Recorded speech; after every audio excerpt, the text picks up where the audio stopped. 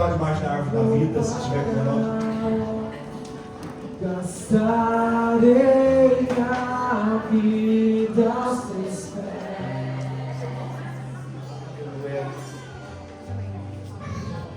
Aleluia. Deus, amados, eu preciso dar uma aviso bem rápido. O primeiro aviso é sobre a lanchonete, né, irmãos? Irmãos,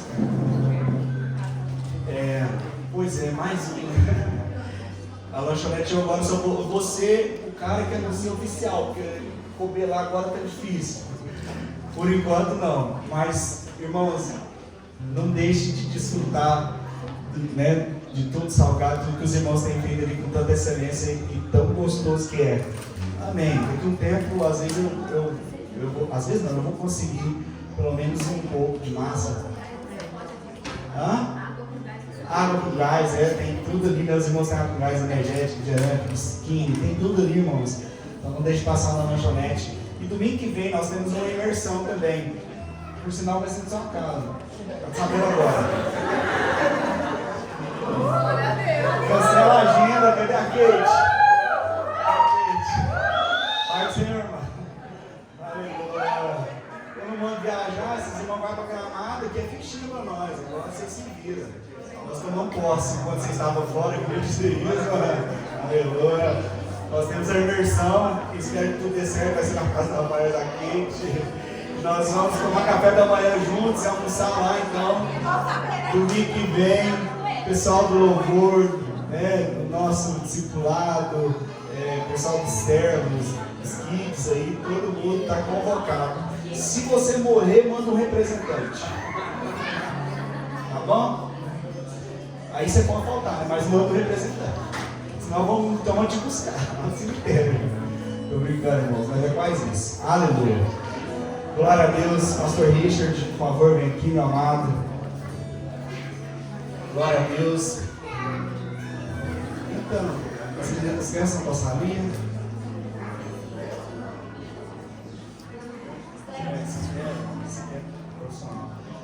Marcos, vamos ficar em pé, vamos orar pela vida do pastor Richard, né? Então já vão agora? Já? Então vai para elas desfrutarem ali. Glória a Deus, amados, pastor Richard, vem junto com a sua equipe, é uma grande equipe, glória a Deus. Mais uma vez, irmãos, obrigado pelo coração, obrigado por vocês terem vindo.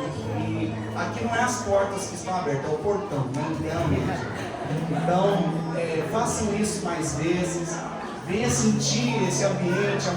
Culturalmente, eu vim com ela, Crescia, lá no início, né? Ai, que beleza, olha isso aqui, irmãos, eu não sabia disso, Crescia. Você conheceu o Hebron quando? No dia do meu casamento ela conheceu o Hebron. A Cleicinha é parceira de muitos anos, né, Cleicinha? Glória a Deus pela sua vida. E venham mais vezes, venham passar o dia, venham entender a cultura, venham ver como é que é, como uma família. Obrigado que vocês estão investindo, tem gasto para vir para cá, eu sei, queridos. Mas o Senhor recompensará cada um de vocês com abundância, amém? Obrigado pelo coração. Obrigado que vocês estão honrando esse amado, porque é um presente de Deus para Hebron. O Richard é um presente de Deus para Hebron. Que Deus deu para Hebron. Ele está pai recentemente. O Rael está levando a maturidade do Richard em outro nível. Muito, glória a Deus. Foi pai recentemente. Glória a Deus. Temos as mãos para cá. Vamos abençoar que vai ministrar sobre nós a palavra de Deus. Pai, obrigado pela vida do Richard, obrigado, Deus. Obrigado porque o Senhor tem cuidado, o Senhor tem, ó Deus, direcionado, o Senhor tem abençoado. Pai, obrigado porque o Senhor é aquele que cuida de nós. Nós queremos declarar nessa noite que Ele será esse instrumento vivo da parte do Senhor para ministrar sobre nós a Tua palavra. Usa Ele como esse canal vivo, que flua dele, ó Deus, os rios, que sejamos encharcados, inundados por esses rios, por esse rio que vai ser, ó Deus, fluído através da vida do Richard. Se nós queremos abençoá-lo, ó Deus, e declarar, ó Deus, que nós vamos continuar experimentando a Tua graça, da sabedoria, da saúde, da prosperidade, da abundância na sua casa, no seu ministério, sua família. Seja tu uma bênção, seja profeta nessa noite, em nome de Jesus. Pai, nós abençoamos o retorno de toda essa equipe, abençoamos esses irmãos e declaramos, ó Deus, que eles colherão em abundância para a glória do teu nome. Assim oramos em nome de Jesus. Quem crê, diga um amém bem forte.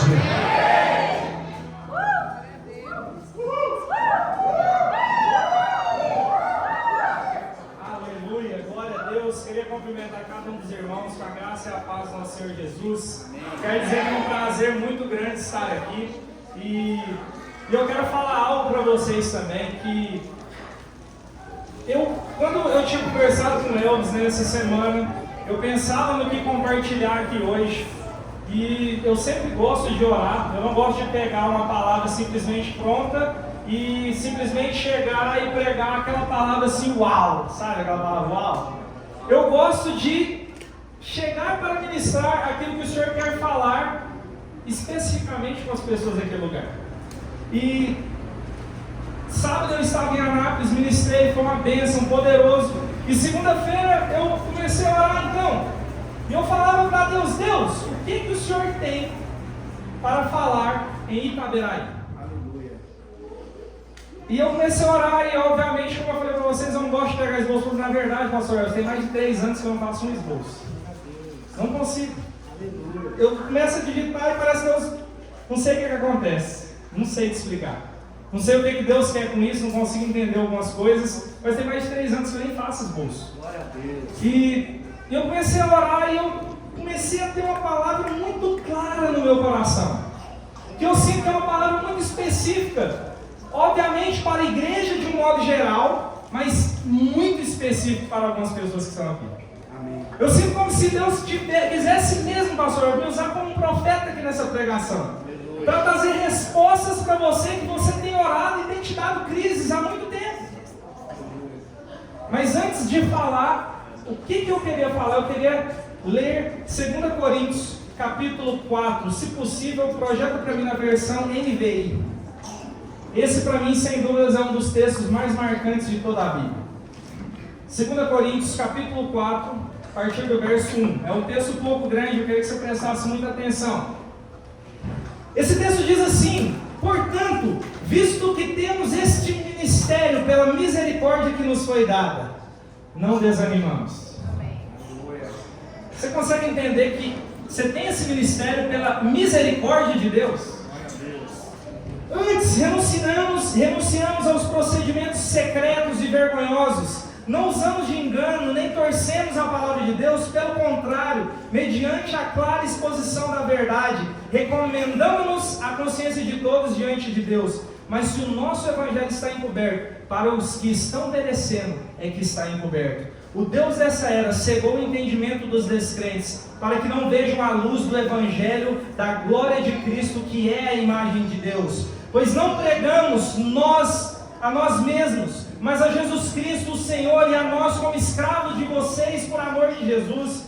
Pois Deus que disse, das trevas resplandeça a luz, Ele mesmo brilhou em nossos corações para a iluminação do conhecimento da glória de Deus na face de Cristo. Mas temos esse tesouro em vaso de barro, para mostrar que este poder, que a tudo excede, provém de Deus e não de nós.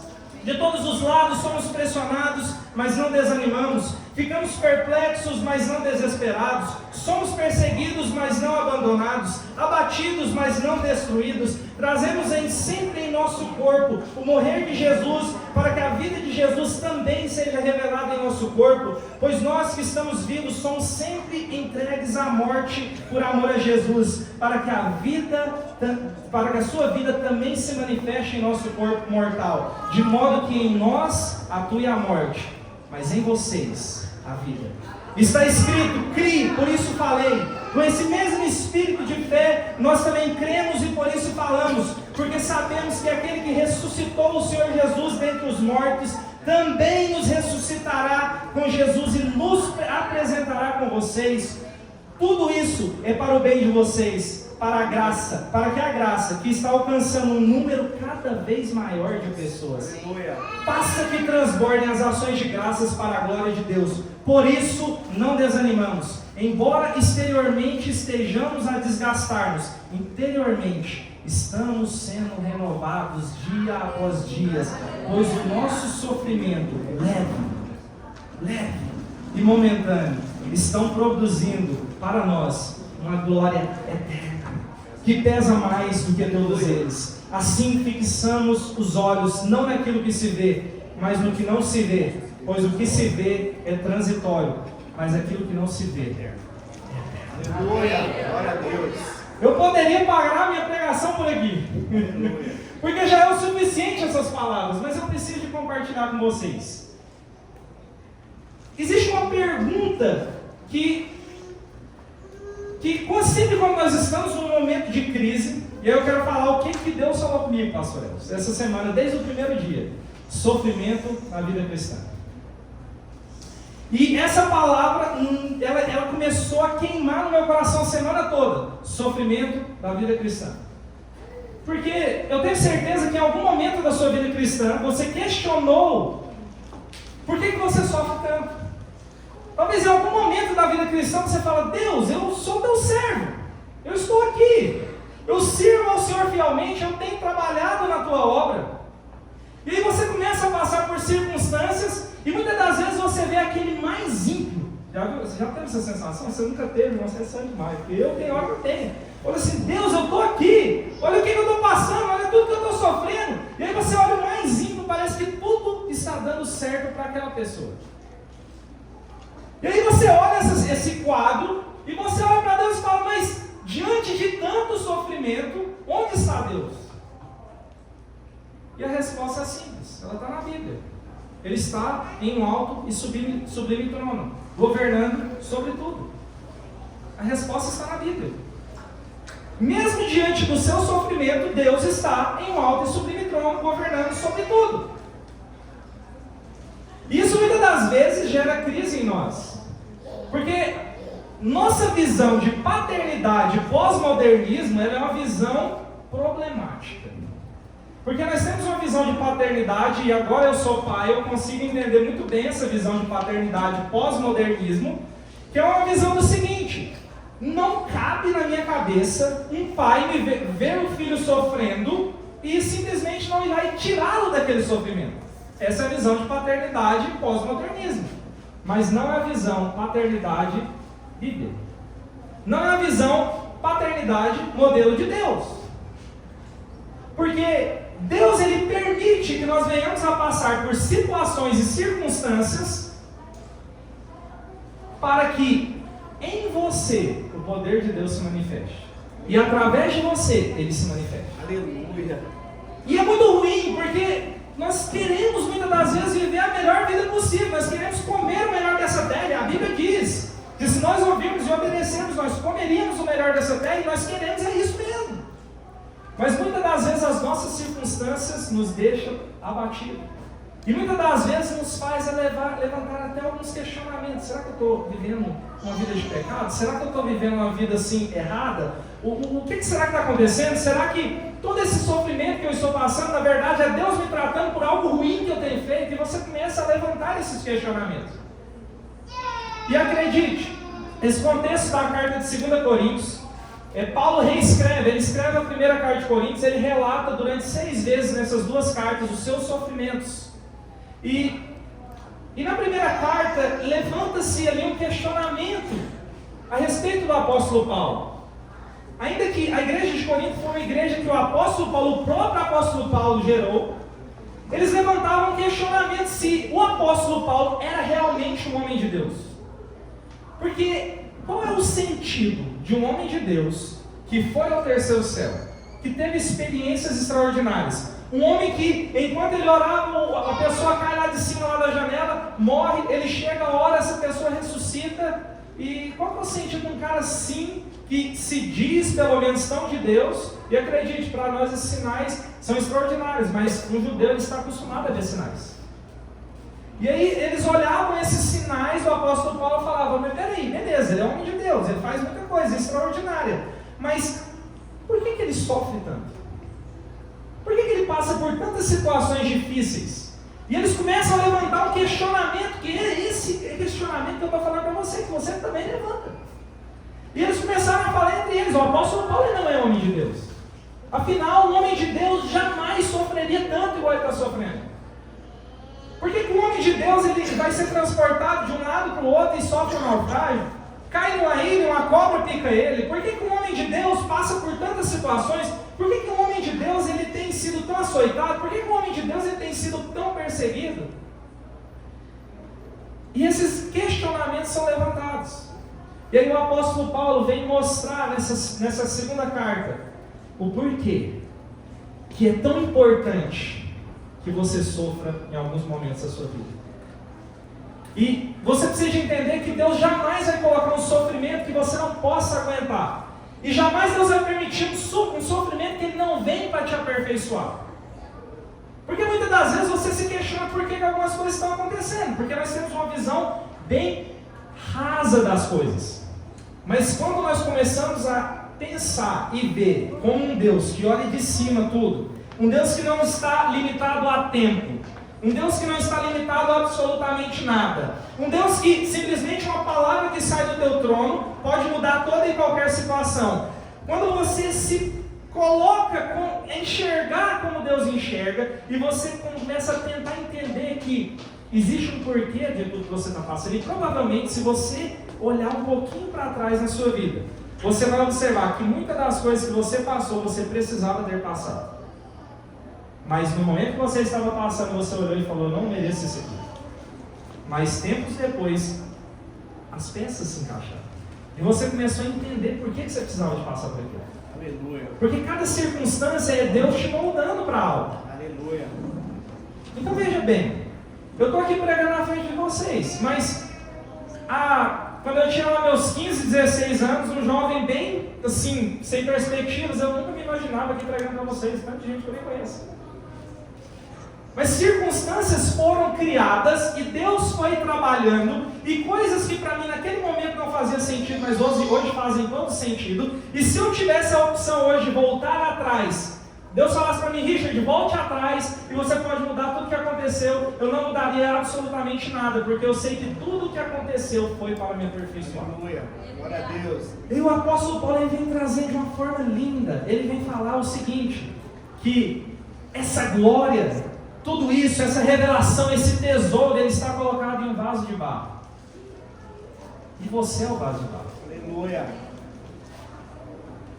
O que é esse tesouro que o apóstolo Paulo está falando? É a glória do Pai manifesta em Cristo que está dentro de você. Aleluia. Mas por que colocado em um vaso de barro? Por que não colocou em um baú? Por que não colocou em algo mais precioso? Sabe que era uma cultura daquela época, como não existia bancos, né? As pessoas elas costumavam guardar o seu dinheiro, esconder o seu dinheiro dentro de casa.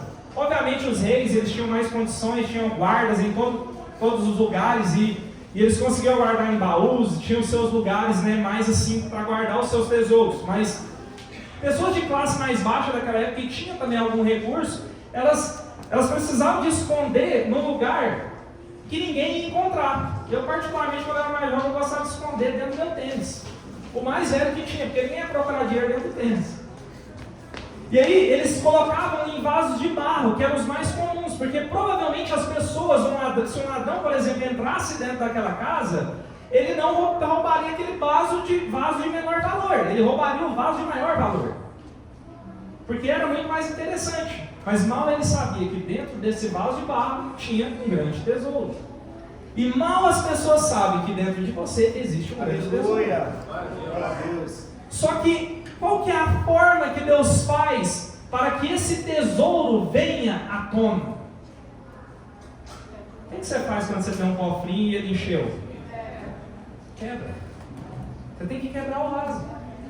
Porque quanto mais você quebra o vaso, e obviamente Deus quebra o vaso até certo ponto, até onde ele aguenta, até onde ele pode, por isso que nenhum sofrimento é a mais do que você pode ou deveria sofrer, ou possa aguentar sofrer. E o apóstolo Paulo ele vem trazer de uma forma muito linda isso. Ele vem falar que quanto mais esse vaso está sendo quebrado, mais pessoas são alcançadas pela glória de Deus, porque esse tesouro vai sair para fora e pessoas são alcançadas por essa glória. Amém. E o apóstolo Paulo, quando ele foi chamado, ele teve um chamado lindo, que talvez é um chamado que você não aceitaria. Eu vou mostrar como vale a pena sofrer por amor ao Evangelho através da sua vida, apóstolo Paulo. Já imaginou Deus te chamando para isso? Porque nós gostamos de pregar o Evangelho bonito, não é verdade? A pessoa está passando por um sofrimento na vida dela e nós falamos assim: venha para Jesus, a sua vida vai mudar, a sua vida vai melhorar. E muitas das vezes a pessoa vem, a vida dela piora muito. Já aconteceu isso com você? O cara estava de boa, não tinha problema nenhum com a família. Você chega lá, pega pro cara e fala: não, vamos para a igreja. Agora ninguém da família conversa mais com o cara, porque foi para a igreja. Você piorou a vida dele. Você falou, pegou uma mensagem que ia melhorar a vida dele, mas na verdade você piorou a vida dele. E acontece muito isso, porque não existe nenhuma garantia de que a vida da pessoa vai melhorar porque ela seguiu a Jesus. Muitas das vezes ela pode piorar, dependendo do contexto que ela está. Prega para um muçulmano e ele se converte, a vida dele vai piorar, não vai melhorar. Então muitas das vezes nós falamos que nós vai melhorar, é porque a gente quer ser meio marqueteiro, né? Mas na verdade às vezes vai piorar. A nossa pregação não é se vai melhorar, é que vai valer a pena. Aleluia. Essa é a pregação verdadeira. Vai valer a pena. Aleluia. Porque no final, tudo isso vai redundar em um peso de glória, como o apóstolo Paulo fala. E todas as nossas tribulações nessa terra, que ele vem mencionar que são leves, momentâneas. Todas essas tribulações, elas não se comparam com o peso de glória que há de vir. Tudo isso. Isso não é nada comparado com aquilo que vai acontecer, aquilo que você vai ver.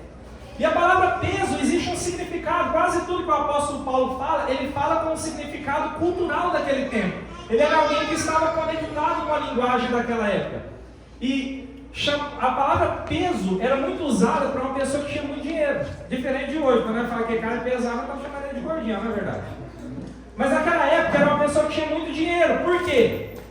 Porque ele tinha muito ouro. E as pessoas transportavam ouro. Tinha muitas moedas, transportavam muitas moedas. Então, aquela pessoa era pesada. Quando uma pessoa ia transportar alguém muito rico, essa pessoa é pesada. E aí o apóstolo Paulo, ele trazendo esse contexto de tesouro, trazendo esse contexto de vaso, trazendo esse contexto de riqueza, ele fala que a nossa leve e momentânea tribulação, ela não se compara com o peso, com a riqueza que vai ser aquele dia. Porque para nós é muito difícil, às vezes, aceitar que você vai viver aí, talvez, sei lá, 80 anos. Joga alto aí, porque eu não sei, cada vez está diminuindo mais a perspectiva de vida nossa. Mas vamos colocar em 80 anos. Você precisa entender que 80 anos ele é apenas um risco na eternidade. Não é absolutamente nada. Eu acho engraçado quando você posta lá, eu sou uma pessoa que posta pouco, eu estou aprendendo. Deus está me ora por mim, desbloqueia, eu estou bloqueado. Eu preciso aprender a postar mais no Instagram. Eu estou aprendendo, eu postei naquela árvore que eu gostei dela. Eu postei ela, e agora eu sou pai, né? Pai geralmente tira foto encostada em árvore. Eu fui lá e tirei uma foto encostada na árvore. Pai é assim, pai, mãe. E aí eu tirei a minha foto ali já, estou aprendendo. Mas é engraçado que quando você posta poucos vídeos, né?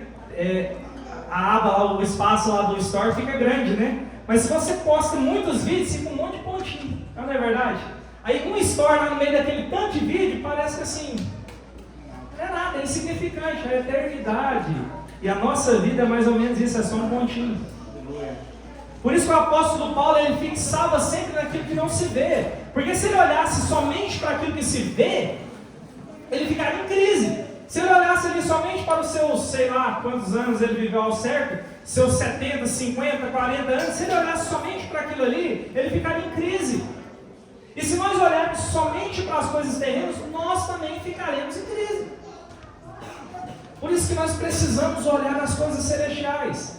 E em vez de ficar perguntando para Deus por que algumas coisas estão acontecendo na nossa vida, nós precisamos começar a perguntar para Deus para que essas coisas estão acontecendo. Aleluia. Saber fazer perguntas é chave. Aleluia. Porque o porquê, ele fala assim, Deus, por que... E eu falo assim, Deus, por que o Senhor está fazendo isso comigo? Mas o para quê? Deus, o que o Senhor quer me aperfeiçoar nessa situação?